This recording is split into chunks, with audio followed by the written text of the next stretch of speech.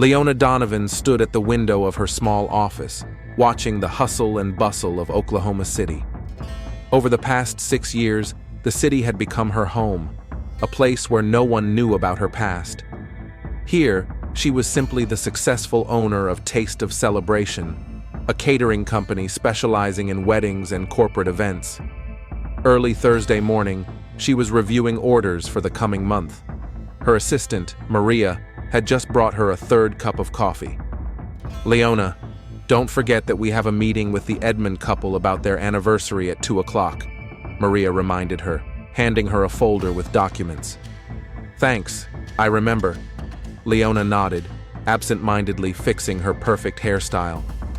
It was a small irony of fate that a woman who organized other people's celebrations was now preparing for her own wedding. In 2 weeks, she would become Mrs. Holt. Her phone vibrated, a message from James. "Can't wait for tonight. Love you." Leona smiled. She had met James Holt 2 years ago at a charity event. He approached her as she was arranging appetizers on the buffet table, and instead of ignoring her as a member of the service staff, he struck up a casual conversation about cooking. "These salmon canapes are simply magnificent. Are you the chef?" "I own a catering company, but this is my chef's recipe," Leona replied. "Then you're the most beautiful catering company owner I've ever met." James turned out to be a financial analyst from the respected Holt family. Despite the difference in their social status, there was instant chemistry between them. He appreciated her independence, hard work, and passion for her business. She appreciated his sincerity, intelligence, and lack of snobbery, which was characteristic of many in his circle. When, after a year and a half of dating, James proposed to her during their vacation in Santa Fe, Leona didn't hesitate for a second. But then, when the euphoria wore off, doubts began to creep in. It wasn't because of love. She was sure of her feelings. It was because of the past she had left behind when she moved to Oklahoma City. Her first meeting with the Holt family took place a month after the engagement. Leona remembered how nervous she was when she and James drove up to the mansion in the prestigious Nichols Hills neighborhood. The high fence, the well-kept garden, the huge house with columns, everything spoke of wealth and status. "Don't worry, they'll love you," James reassured her, squeezing her hand. Robert Holt, James's father and owner of an investment company, turned out to be a friendly man with graying temples and a warm smile. He immediately offered Leona a glass of wine and began to ask her about her business with genuine interest. Veronica Holt, a former district court judge, however, made Leona feel inexplicably uneasy from the moment they met. The elegant woman with straight posture and piercing eyes studied her with such attention, as if searching for clues at a crime scene. "Tell me, Leona, where are you from?" Veronica's first question sounded like an interrogation. "I grew up in a small town in Tennessee, but I moved here 6 years ago," Leona replied, trying to sound casual. "Tennessee? Interesting. Which town?" "Clarksville. It's not far from Nashville. I was there for a legal conference. Small world, isn't it?" At that moment, Leona noticed Veronica squinting, as if trying to remember something. During dinner, the tension only grew. Veronica asked question after question about Leona's past, her family, her education, her reasons for moving to Oklahoma. She responded to each answer with a slight nod, as if taking mental notes. When James began to tell the story of how they met, Leona noticed the photographs on the mantelpiece. Among the family photos, one portrait stood out, a young girl with long dark hair and a smile remarkably similar to James's. "Is that your daughter?" Leona asked, pointing to the photo. The room suddenly fell silent. Robert lowered his eyes, and Veronica's face became a mask. "That's Samantha, our youngest daughter," Robert replied dryly. "She died 15 years ago." "I'm so sorry," Leona murmured, feeling her heart beat faster. "It was an accident," Veronica snapped, her voice as hard as steel. "Let's not spoil the evening with sad memories." But something in Veronica's eyes made Leona feel cold. It was as if James's mother was looking not at her future daughter-in-law, but at an enemy. After dinner, when James drove Leona home, she immediately called Alicia, her best friend since moving to Oklahoma City. "I think his mother hates me," Leona said, pacing around her apartment.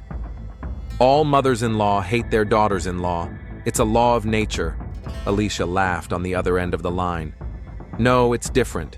It feels like she knows me, or suspects something." "What could she suspect you of?" Alicia's voice became serious. "You didn't tell them about—" "Of course not," Leona interrupted. "No one here knows what happened, except you." "Then it's just your paranoia. Wealthy families are always wary of newcomers, especially when the bride is not from their social circle." "Maybe you're right," Leona sighed. "But they had a daughter who died 15 years ago. When I asked about her, the atmosphere became simply icy." 15 years ago? Tension crept into Alicia's voice.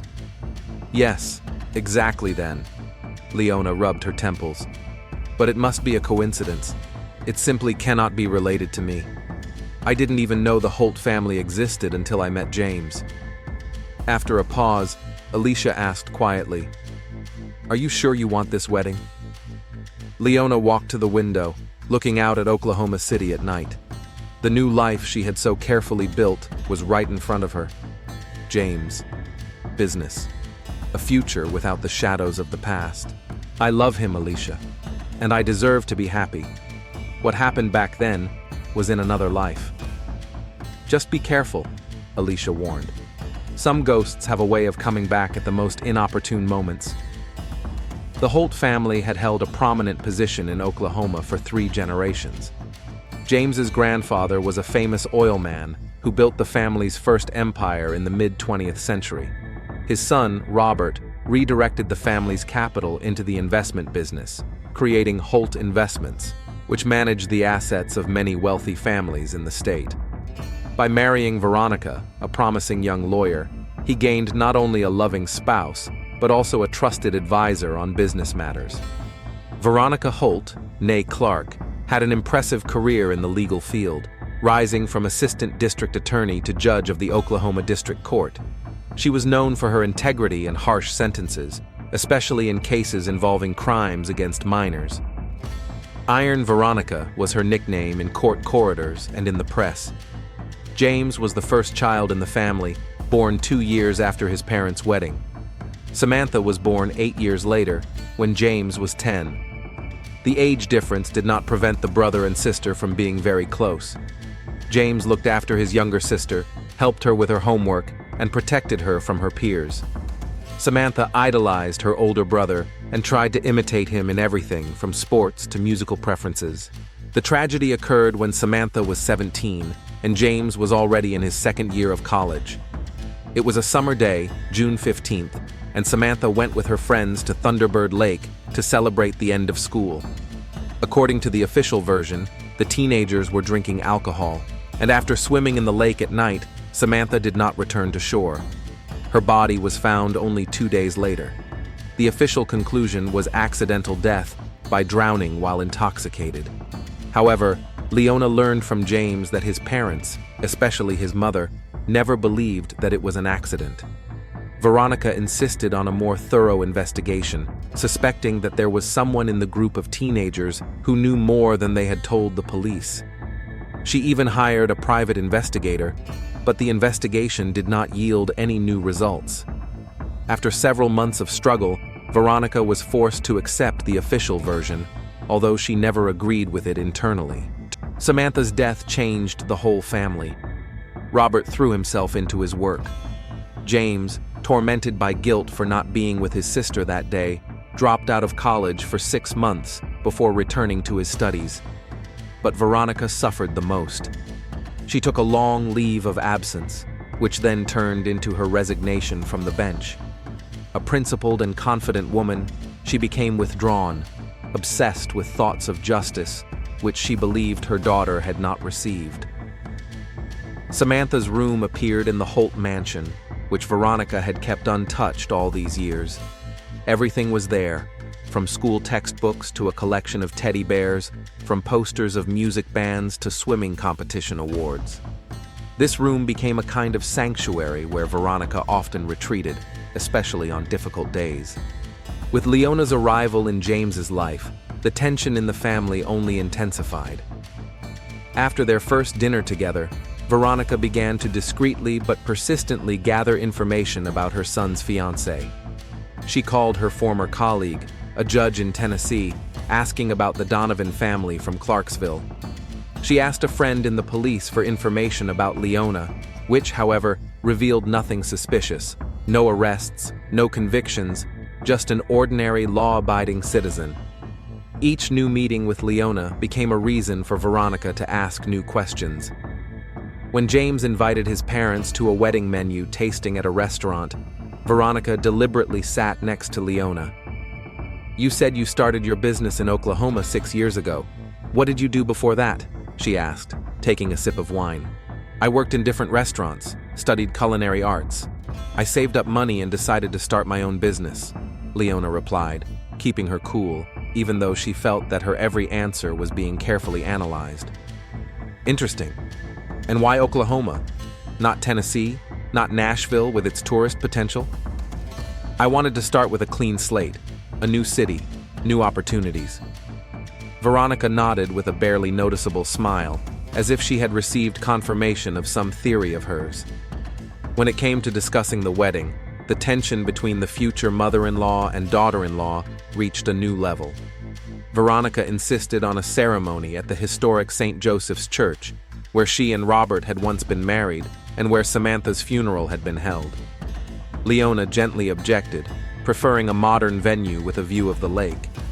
James resolved the conflict by supporting Leona's choice, which drew cold disapproval from his mother. "I just want our wedding day to be happy, without the shadow of past sorrows," Leona explained to James later. "You're right. Mom just hasn't let go of Samantha yet. For her, that church is the last place she was with her daughter. But our wedding should be about us, about the future." James began to notice that his mother was acting strangely, not only towards Leona, but towards him as well. After the engagement announcement, she began asking questions about Leona with an insistence that surprised him. How they met, how well he knew her past, whether he had met her parents. She was particularly interested in Leona's parents. One evening, when he dropped in on his parents' house unannounced, James found his mother at her laptop.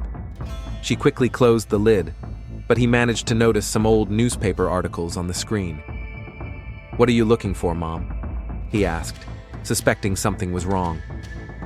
"Nothing special, just checking some old cases," she replied, but her gaze darted to Samantha's photo on the table. That evening, when he returned to Leona, James expressed his concerns for the first time. "I think Mom is conducting her own investigation into you. I don't know why, but she's acting like she did when she worked in court." Leona felt a chill run down her spine. Her intuition told her that this was not just nitpicking on the part of her future mother-in-law. Veronica suspected something related to Leona's past. But what exactly? Did she know what had happened 15 years ago? And if so, how could it be connected to the Holt family? While trying on her wedding dress, as Leona stood in front of the mirror in a snow-white gown, her phone vibrated. A message from an unknown number. "I know who you really are." Leona felt her legs buckle. She deleted the message, deciding not to tell anyone about it. It was probably just someone's stupid joke, she told herself. But the next day, when she and James went to the jeweler to choose wedding rings, she noticed Veronica across the street watching them through the shop window. When their eyes met, Veronica didn't look away, continuing to stare with a cold challenge. Leona decided to take the initiative. After choosing the rings, she told James that she needed to stop by the office, but instead, she went to a nearby cafe where she sent Veronica a message. "We need to talk in private." They met an hour later. Veronica looked impeccable in her tailored suit, her graying hair styled in an elegant bun. She sat down across from Leona, placing her expensive handbag on the table. "I don't know what you think of me, Mrs. Holt," But your behavior is starting to bother me, Leona began, trying to speak calmly. I think you're hiding something, Miss Donovan, and I intend to find out what it is before you join our family. Everyone has a right to their past. I love your son, and he loves me. Isn't that what matters? Veronica leaned forward slightly. Honesty is important in our family, and if you're hiding something from James, he has a right to know. I'm not hiding anything, Leona replied firmly, though inside she was gripped by fear. And I ask you to stop following me. 15 years ago, my daughter died under strange circumstances. I have devoted my entire life to finding the truth, and I will not allow anyone to hurt my remaining child. Veronica's voice rang with steel. Leona felt the ground slip away from under her feet. 15 years ago. That was exactly when the incident in her past had occurred, which only Alicia knew about. But it couldn't be connected to the Holt family. It must be a coincidence. I understand your pain, Mrs. Holt, but I had nothing to do with your daughter's death. I didn't even know your family existed until I met James. Veronica looked at her with a long, searching gaze, as if trying to penetrate her thoughts. We'll see, she finally said, rising from the table. But know that I won't stop until I get to the bottom of this. After that meeting, Leona couldn't find peace. There were 10 days left before the wedding, and instead of joyful anticipation, her heart was filled with anxiety and fear. She tried to focus on the final preparations, meetings with the florist, discussing the music, finalizing the menu, but her thoughts kept returning to Veronica and her threats. Leona decided not to tell James about her meeting with his mother, not wanting to create even more tension in their relationship. Instead, she called Alicia, the only person she could confide her fears to. I think she knows something, Alicia, or suspects something. It's too strange. The timing, her obsession with my past. But how could she know? You said that no one but me knows what happened in Tennessee. I don't know. Maybe she just senses that I'm hiding something. She's a former judge, so she probably has a keen intuition for these things. What are you going to do? Leona looked at her hands, at the sparkling engagement ring on her finger. I don't know. I love James. I don't want to lose him. But if his mother finds out the truth, maybe you should tell him yourself, before she does. Leona shook her head. I can't. Not now. Not before the wedding. He might not understand. He might think I've been lying to him all this time. A week before the wedding, during her final dress fitting, Leona made her decision. She would marry James as planned. But right after the honeymoon, she would tell him the whole truth about her past, about who she used to be, about the events of 15 years ago, about the reasons for her move to Oklahoma City, and whatever would happen, would happen. Having made this decision, she felt a strange relief, as if a weight had been lifted from her shoulders. Yes, a difficult conversation awaited her, but at least it would be her choice, her truth, told in her own words. The wedding dress fit perfectly, emphasizing her figure. Looking in the mirror, Leona tried to see in her reflection not only the future bride, but also the girl she had been 15 years ago. The girl whose decisions and actions had led her to this moment, to this choice between the past and the future. That evening, James stopped by with a small gift, a vintage brooch that had belonged to his grandmother. This will be your something old for the wedding, he said, attaching the brooch to her blouse. Grandma said it brings happiness in marriage. Leona hugged him, hiding her face on his shoulder so he wouldn't notice the tears in her eyes. She wanted that happiness so badly, that future with him. But the shadow of the past was growing longer, threatening to engulf everything she held dear. The Grain and Grace restaurant in downtown Oklahoma City glowed with warm lights. Close friends and relatives of the couple gathered in a separate banquet hall to celebrate the pre-wedding dinner. Leona chose an elegant ivory dress, James a classic dark blue suit. From the outside, they looked like the perfect couple, smiling and happy. Only the most attentive observer could notice the tension in the bride's eyes and how she occasionally glanced warily at her future mother-in-law. Veronica Holt arrived last, dressed in a strict black suit with a string of pearls around her neck. She accepted a glass of champagne, greeted the guests politely, and sat down at her place across from Leona, separated from her by a long banquet table decorated with fresh flowers and candles. The dinner began with a welcome speech by Robert Holt, who raised a toast to the happiness of the newlyweds. Leona smiled, feeling James's hand squeezing hers under the table. But even his touch couldn't calm her inner trembling. The day before, she had received another anonymous message. Tomorrow everyone will know the truth.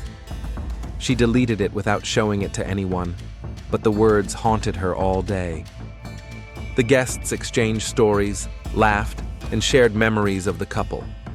James's colleague recounted how he first met Leona at a corporate event catered by her company and immediately realized that she and James were perfect for each other. Alicia shared how Leona had spent a month preparing for her first official date with James, trying on a dozen outfits and planning the menu for a home-cooked dinner. Between the main course and dessert, James stood up to make a toast. Looking at Leona tenderly, he talked about how she had changed his life, how happy he was that tomorrow they would become a family. "To my future wife, the most amazing woman I have ever met," he concluded, raising his glass. All the guests stood up to support the toast, all except Veronica. She sat, staring intently at Leona. "Mom, your toast?" James asked, noticing his mother's silence. Veronica slowly rose, holding her glass. There was a moment of silence. "To the truth," she said in a quiet but clear voice. "Because without truth, there can be no true love." The guests exchanged awkward glances, not understanding the strange toast. Leona felt the blood drain from her face. James gave his mother a warning look, but she ignored him, continuing to stare defiantly at Leona. After this incident, the evening continued in a tense atmosphere. Robert tried to lighten the mood by proposing a toast to the parents of the bride and groom. At the mention of Leona's parents, there was another awkward pause. Many of the guests knew that the bride had no family, or at least that was what she had told everyone.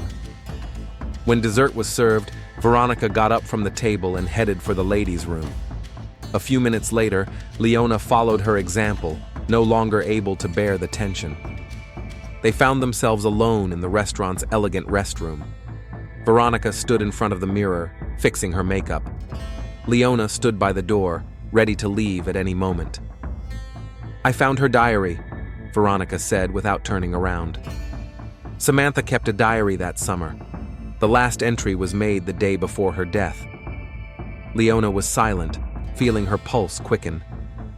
She wrote about a new friend, a girl who was older, who had come from another city to visit relatives, a girl who suggested they go to the lake that evening. Veronica turned, looking directly at Leona.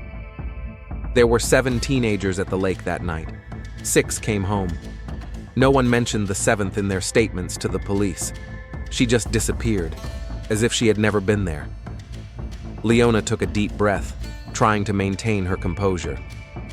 "Mrs. Holt, I don't understand what you're getting at. That you're lying. You're not from Clarksville, Tennessee. I checked all the records. There was no Leona Donovan registered there during the relevant time period. You're lying about your past, your family, everything." The bathroom door opened, and one of the guests entered. The conversation had to be interrupted. Veronica walked past Leona, whispering as she went, "This isn't over." Returning to the table, Leona struggled to keep a smile on her face. Her hands were shaking so badly that she was afraid to pick up her glass. The memories she had suppressed for so long came flooding back with renewed force. 15 years ago, the summer before college, she was indeed visiting her aunt in a small town near Oklahoma City. Only then, her name was not Leona Donovan. She had a different name, a different life. She met some local teenagers, among whom was Samantha Holt. a beautiful, vibrant girl with an infectious laugh. They quickly became friends, despite the age difference. Samantha saw her as a role model, someone like the older sister she never had. That night, they did go to the lake. 7 teenagers, alcohol, summer carefreeness, swimming in the lake at night. And then, screams, panic, searching for Samantha, who didn't return to shore. The rest was like a fog. Fear, the decision to leave before the police arrived, the panic that overwhelmed her. She didn't tell anyone she had been there, not even her aunt, with whom she was staying. She packed her things and left on the first bus. Years later, she changed her name, created a new identity, and built a new life. Moving to Oklahoma City was a risky move, but business required a big city, and she was sure that no one would connect the new Leona Donovan with the frightened girl who had run away 15 years ago. The pre-wedding dinner was finally over. The guests left. James drove Leona home, kissed her tenderly on the doorstep, and reminded her of the tradition of not seeing each other before the ceremony. "Tomorrow at this time, you'll be Mrs. Holt," he smiled. Left alone, Leona couldn't find peace. She dialed Alicia's number, the only person who knew her true story. "She knows almost everything, Alicia. She found Samantha's diary, which mentioned the 7th girl at the lake. She realized I was lying about my past. It's only a matter of time before she puts it all together. You have to tell James everything. Now, before the ceremony." "I can't. Not over the phone. Not on the eve of the wedding. He'll never forgive me." "He'll never forgive you if he finds out from his mother. Or even worse, during the ceremony." Leona closed her eyes, imagining the terrible scenario where Veronica stands up during the ceremony and accuses her in front of all the guests. "I'll marry him tomorrow," she said resolutely. "And then, as planned, I'll tell him everything. About who I really am. About that night at the lake. About why I ran away." "Leona, this is crazy. Putting it off won't make the truth any easier. I deserve this day, Alicia. One happy day after all these years. Then whatever will be, will be." After talking to her friend, Leona couldn't sleep. She took out an old box that had been stored at the bottom of the closet. Inside were documents with her real name, several photos from her former life, and a newspaper clipping about the tragedy at Thunderbird Lake. The article mentioned the names of 6 teenagers who had been there. There was no mention of the 7th, her. She wasn't a murderer. She didn't push Samantha into the water. She didn't wish her harm. But she was there. She saw Samantha swim far from the shore. She heard her first cries for help. And this was her fault. She hesitated. She panicked. Precious seconds were lost before she raised the alarm. And then, when everything went wrong, she chickened out and ran away. Leona didn't sleep a wink all night, going over her options. Tell James, call off the wedding, run away again. But in the morning, when the first rays of sunlight streamed through the window, she made her final decision. She would marry the man she loved. She deserved this happiness. And after that, whatever would be, would be. She would no longer run from the truth. In another part of town, at the Holt mansion, Veronica also stayed up all night. She sat in Samantha's room, looking through old photos of her daughter. In one of the pictures, taken at a school picnic a couple of weeks before the tragedy, an unfamiliar girl could be seen in the background. Her face was partially hidden by her hair, but something about her profile, the line of her chin, seemed familiar. Veronica turned on her laptop and opened the file sent to her by her former colleague from the police. It was a report of the testimony of all the teenagers who had been at the lake. They all swore that there were 6 of them, including Samantha. But in her diary, her daughter wrote about a 7th, a new friend, a girl who had come from another city. Then Veronica opened another file, the results of a private investigation she had commissioned immediately after James's engagement. Information about Leona's past, gathered bit by bit. No records of Leona Donovan in Clarksville. The first mention of this name in documents was 6 years ago, when she obtained a business license in Oklahoma City. The last file had been received only yesterday, an analysis of photos from social media. A comparison of the current Leona with the partially visible girl in the background of a school photo. The facial recognition program gave a match with an 87% probability. Veronica closed her laptop. Her decision was made. Tomorrow, at the wedding, she would finally get justice for her daughter. In the morning, Leona's apartment was filled with pre-wedding excitement. The stylist and makeup artist had arrived. Alicia brought the bouquet and hair accessories. Friends helped the bride into her wedding dress. Leona seemed calm, almost detached, as if she were somewhere far away. "Are you okay?" Alicia asked, helping to secure the veil. "Yes," Leona replied with a slight smile. "I've made my decision, and I'm at peace with it." At the same time, James was getting ready at his parents' house. As he put on the cufflinks his father had given him, he noticed his mother walking past the room, dressed not in an elegant suit, but in a strict black dress more suitable for a funeral than a wedding. "Mom, why are you wearing black?" he called out to her. Veronica stopped in the doorway and looked at her son for a long time. "Today is an important day, James, a day when justice will prevail." "What are you talking about?" "Today is my wedding day." "Perhaps," she replied mysteriously, and continued on her way to her room. James looked after her in confusion, but chalked up her strange behavior to his mother's usual eccentricity and her disapproval of the marriage. The ceremony was scheduled for 2 o'clock in the afternoon at a modern venue overlooking the lake. The very lake where, 15 years ago, the tragedy that took Samantha Holt's life had occurred. It was a symbolic coincidence that Leona hadn't thought about when choosing the venue for her celebration. Or perhaps part of her had always known that the circle had to be closed right here, where it all began. The clock showed noon. There were 2 hours left before the ceremony. Leona was completely ready. An elegant white dress fit her figure perfectly. Her hair was styled in an intricate hairstyle decorated with fresh flowers, and her makeup was flawless.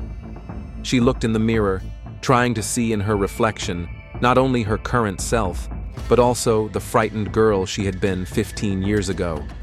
The girl whose decisions had led her to this day, to this choice. "You are the most beautiful bride I have ever seen," said Alicia, handing her a glass of champagne. Leona smiled as she raised her glass. "To the truth and second chances." Alicia nodded, understanding the hidden meaning of the toast. "Whatever happens today, I'm with you." At the same time, Veronica Holt sat in her car in front of the house, holding a folder with documents and an old, worn notebook, Samantha's diary. She opened the last entry, dated June 14th, the day before the tragedy. "Tomorrow we're going to the lake to celebrate the end of school. Ashley promised to bring her guitar. Mike promised to bring alcohol. I'm so glad Carrie agreed to come with us. She's so cool, although sometimes it seems like she's hiding something." Veronica closed the diary, her eyes glistening with held-back tears. "Today, I will keep my promise, Samantha. Today, the truth will finally come out." The clock showed 1 o'clock in the afternoon. There was an hour left until the ceremony. Time was inexorably approaching the moment that would change the lives of everyone involved in this story. Forever. The morning of the wedding day was cloudless and sunny. Light streamed through the curtains into the suite at the Skirvin Hotel, where Leona was preparing for the most important day of her life. After a sleepless night, she was surprisingly calm. The decision had been made. She would marry James and then tell him the whole truth. Alicia helped with the final touches. Leona stood in front of the mirror, looking at her reflection in a snow-white wedding dress with exquisite lace on the corset. Around her neck was a simple string of pearls, and in her ears were diamond earrings, a gift from James. "Are you sure?" Alicia asked again, fastening the veil. Leona nodded, her eyes meeting her friends in the reflection. "This is my choice. I deserve this day."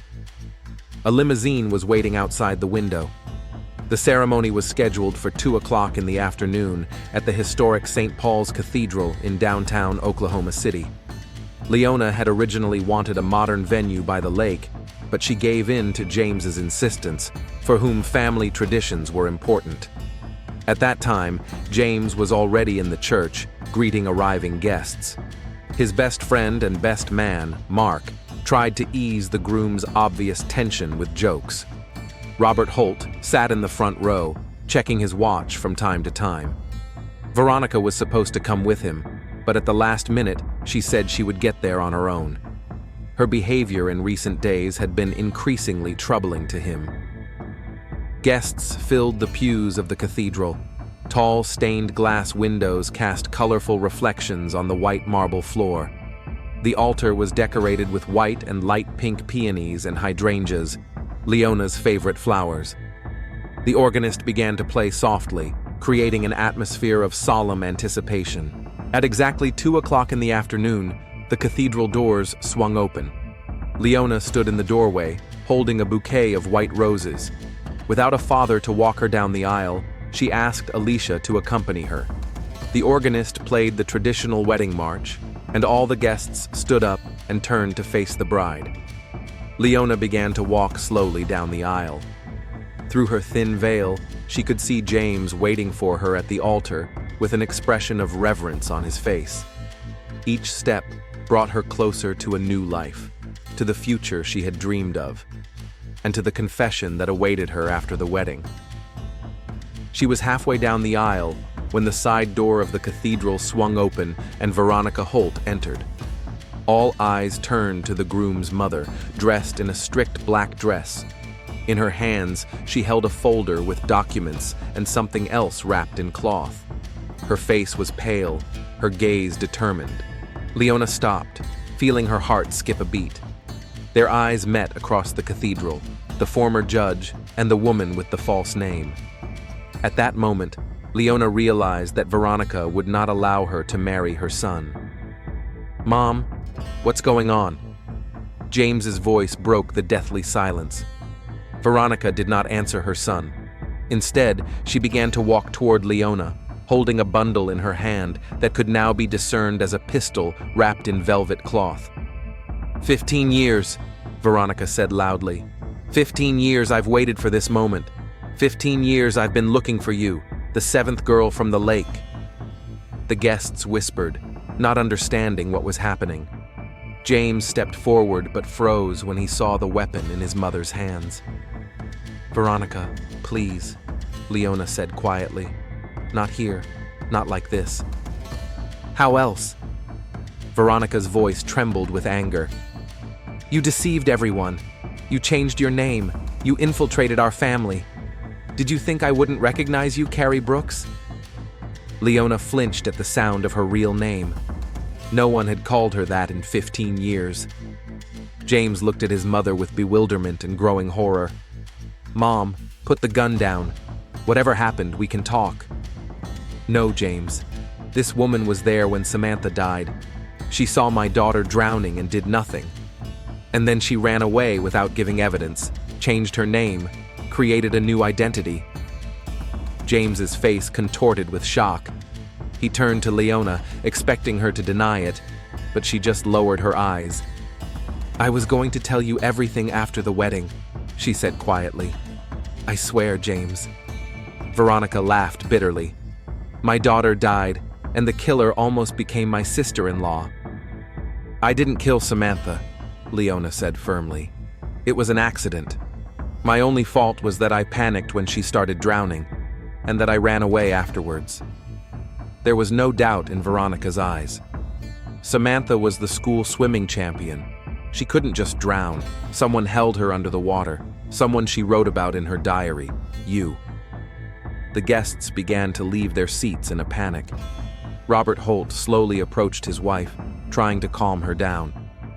"Veronica, think of James. Don't do this."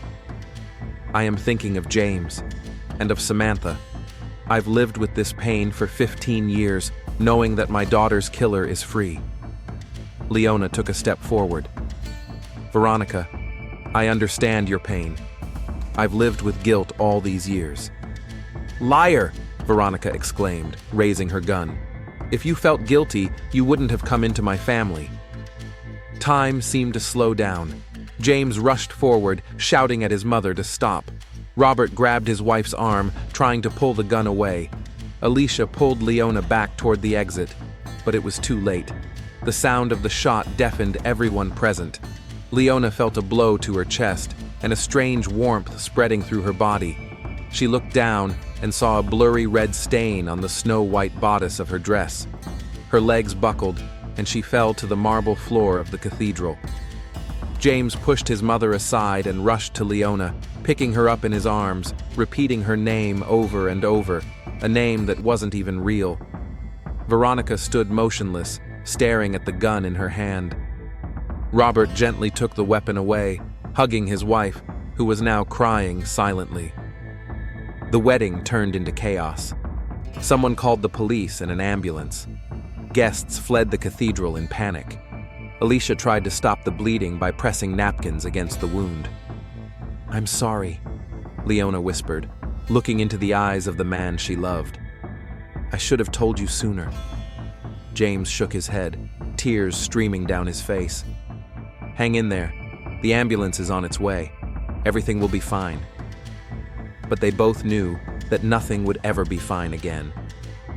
The first police patrol arrived 7 minutes after the call. The ambulance arrived shortly after, but it was too late. Leona had died from blood loss before the medics arrived. Detective Michael Riley received the call while he was in the middle of lunch with his family. A murder at St. Paul's Cathedral, right in the middle of a wedding ceremony. He quickly apologized to his wife and drove to the scene of the crime. By the time he arrived, the cathedral had been cordoned off, the body had been taken away, and Veronica Holt had been placed in a police car. Riley knew her from her former days as a respected judge. It was strange to see her in handcuffs. Inside the cathedral, forensic investigators were working to collect evidence. The marble floor was splattered with blood, and the white flowers on the altar had been knocked over. Robert Holt, the suspect's husband and the groom's father, was sitting in the front pew. "Detective Riley, homicide," Michael introduced himself, showing his badge. Robert nodded without looking up. "I've already told the officers everything." "I know, but I need to hear it myself. What happened?" Robert sighed heavily and began to recount the events of the day. He talked about his wife's strange behavior in recent weeks, her suspicions about his son's fiancée, and how she had come to the wedding with a gun. "Veronica never believed the official version of our daughter's death. For 15 years, she searched for evidence that it wasn't an accident. When James brought Leona to meet us, something clicked in my wife's head." "And she was right?" asked the detective. Robert nodded. "Apparently so.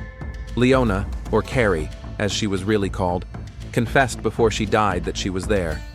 But she insisted she didn't kill Samantha." Detective Riley recorded the testimony and went to talk to other witnesses. Alicia Carson, the bride's best friend, sat in the corner, wrapped in a blanket given to her by the paramedics. Her bridesmaid's dress was splattered with blood. "Miss Carson, I'm Detective Riley. May I ask you a few questions?" Alicia looked up at him, her eyes red from crying. "I didn't know Leona's real name until today. She always said she grew up in Tennessee. But you knew about what happened 15 years ago at the lake?" Alicia paused, then nodded. "She told me the general story, that she witnessed an accident, that she couldn't save the drowning girl, that she ran away out of shame and fear. But she never said that the girl was James's sister." The detective recorded her statement and moved on. Next was the groom, James Holt. He was found in the sacristy, sitting on a bench with a vacant stare. His suit was soaked with the bride's blood. "Mr. Holt, please accept my condolences. I understand this is not the best time, but I need to ask you a few questions." James nodded without looking at the detective. "My mother killed my bride. What else do you need to know?" "Did you know about the connection between Leona and your sister?" "No," James replied bitterly. I didn't know the woman I loved was at the lake when Samantha died. I didn't know her real name was Carrie Brooks. I didn't know anything real about her. Your mother claims that Leona was responsible for your sister's death. James looked up at the detective with empty eyes. Does that matter now? Even if it's true, does that justify murdering an unarmed woman during a wedding ceremony? Does one death make up for another? The detective didn't answer. In 20 years on the homicide squad, he had seen many tragedies, but this one stood out. The evidence collection took several hours. Forensic technicians photographed the crime scene, took blood samples, and studied the bullet's trajectory. The weapon, an old .38 caliber revolver, was registered to Robert Holt. He kept it in a safe at home, but Veronica knew the combination. By evening, Detective Riley had compiled a preliminary report. Veronica Holt was charged with the first-degree murder of Leona Donovan. The motive was revenge for the victim's alleged involvement in the death of the suspect's daughter 15 years ago. The case promised to be high-profile. The first headlines had already appeared in the local news. Former judge shoots son's bride at the altar. Wedding turns into bloody drama.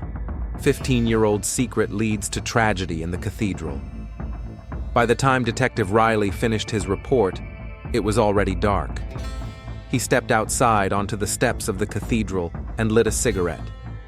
It had been a difficult day, and tomorrow he would have to begin a full investigation.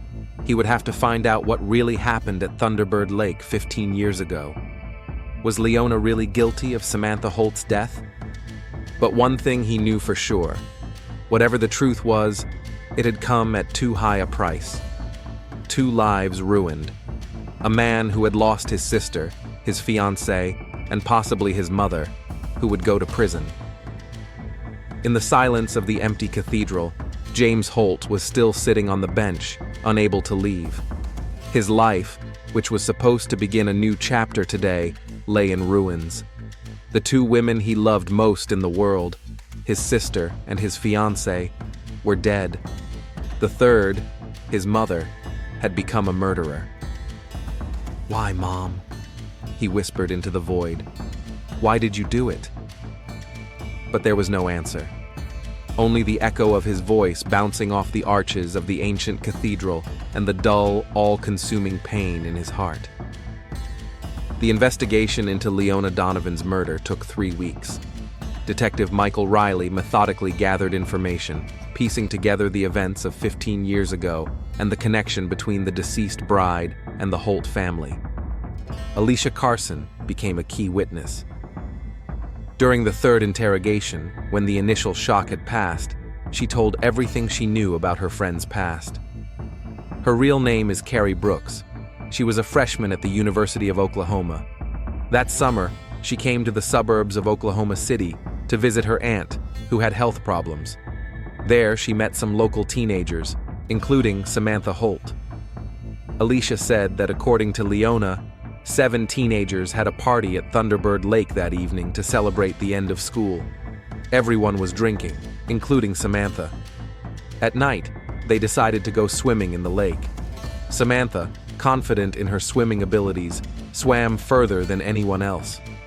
Leona said that at first, everything was fine. But then Samantha started screaming that her leg was cramping. Leona was closest to her, but she panicked. Besides, she had been drinking too. By the time she finally swam out to help, it was too late. Fearing responsibility, Carrie Brooks left the scene before the police arrived. The other teenagers, afraid of getting into trouble for drinking alcohol, agreed not to mention her. That's how the story of 6 teenagers at the lake, instead of 7, came about. She told me it was the most shameful thing she had ever done in her life. She dropped out of college, left the state, and a few years later changed her name and started a new life. According to Alicia, Leona never connected her new life with her past.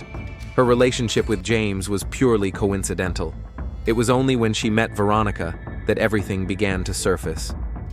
She didn't recognize Mrs. Holt when they first met. She had never seen her before. But when she learned James's last name and saw Samantha's photo, she realized what a terrible irony of fate had occurred. The second important piece of evidence was Veronica Holt's confession. Contrary to her lawyer's advice, she insisted on a full confession, refusing to seek mitigating circumstances or a defense based on insanity. "I knew what I was doing," she stated firmly during questioning. "I spent 15 years seeking justice for Samantha. The justice system failed my daughter. I was part of that system, and I know its flaws." Veronica said she never believed it was an accident. Samantha was a strong swimmer, a winner in school competitions. When the police closed the case, she hired a private investigator, but to no avail. The breakthrough came when James introduced her to Leona. Something about her future daughter-in-law's behavior alarmed her. She noticed how nervous Leona became when Samantha was mentioned. Then Veronica discovered inconsistencies in Leona's stories about her past. "I found Samantha's old diary.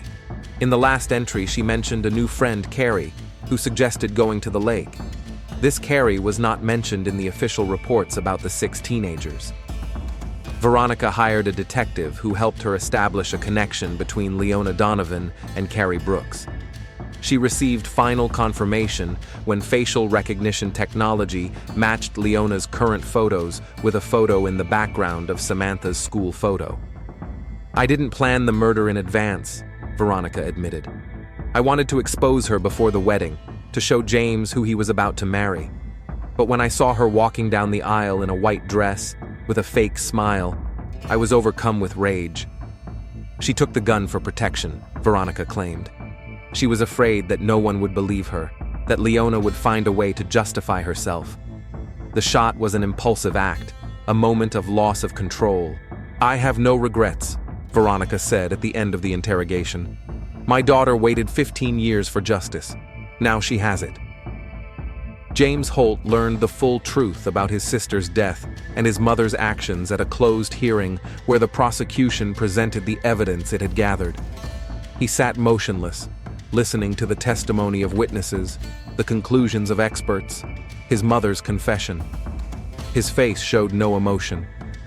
After the hearing, Detective Riley found him sitting on a bench in front of the courthouse. "How are you holding up, Mr. Holt?" James looked up at the detective with empty eyes. "I've lost all the women I've ever loved. My sister, 15 years ago, my mother, when she pulled the trigger, my fiancé, twice. First when I found out she wasn't who she said she was, and then when I saw her die." "Do you believe Leona was involved in your sister's death?" James was silent for a long time, staring into the distance. "I believe she made a terrible mistake. She got scared, panicked, and ran away. It was cowardly, but not criminal. Unlike what my mother did." The trial of Veronica Holt attracted nationwide attention. A former judge who killed her son's fiancé at the altar, motivated by revenge for the death of her daughter 15 years ago. It was the perfect story for the media. Despite her confession, the lawyers insisted on a lenient sentence, considering Veronica's impeccable career, the loss of her daughter, and her psychological trauma. Prosecutors demanded the maximum punishment for cold-blooded murder committed with premeditation. The court found Veronica Holt guilty of first-degree murder, but, taking into account the mitigating circumstances, sentenced her to 25 years in prison with the possibility of parole after 15 years. This was a symbolic sentence, as the same number of years had passed between Samantha's death and Leona's murder. Robert Holt filed for divorce a month after the verdict. He sold the family mansion and moved to Florida, trying to start a new life away from tragic memories. James Holt took a long vacation and went traveling.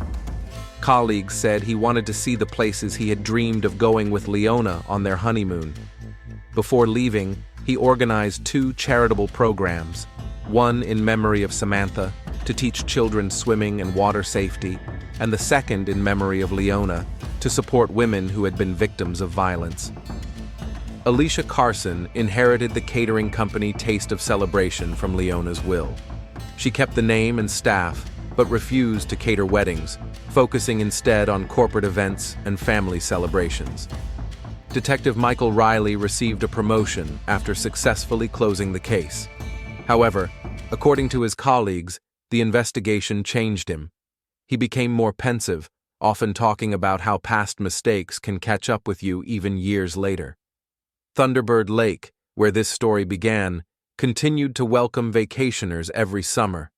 But after the high-profile case, local authorities installed a memorial plaque in memory of Samantha Holt and organized annual water safety courses. And in the Oklahoma City Police Archives, in the folder containing the case file on Samantha Holt's death, a new document appeared, an official conclusion that her death was an accident and not a murder, as Veronica had believed. The examination showed that Samantha could indeed have drowned due to convulsions and alcohol intoxication, even though she was an experienced swimmer. But this truth changed nothing for those involved in the tragedy.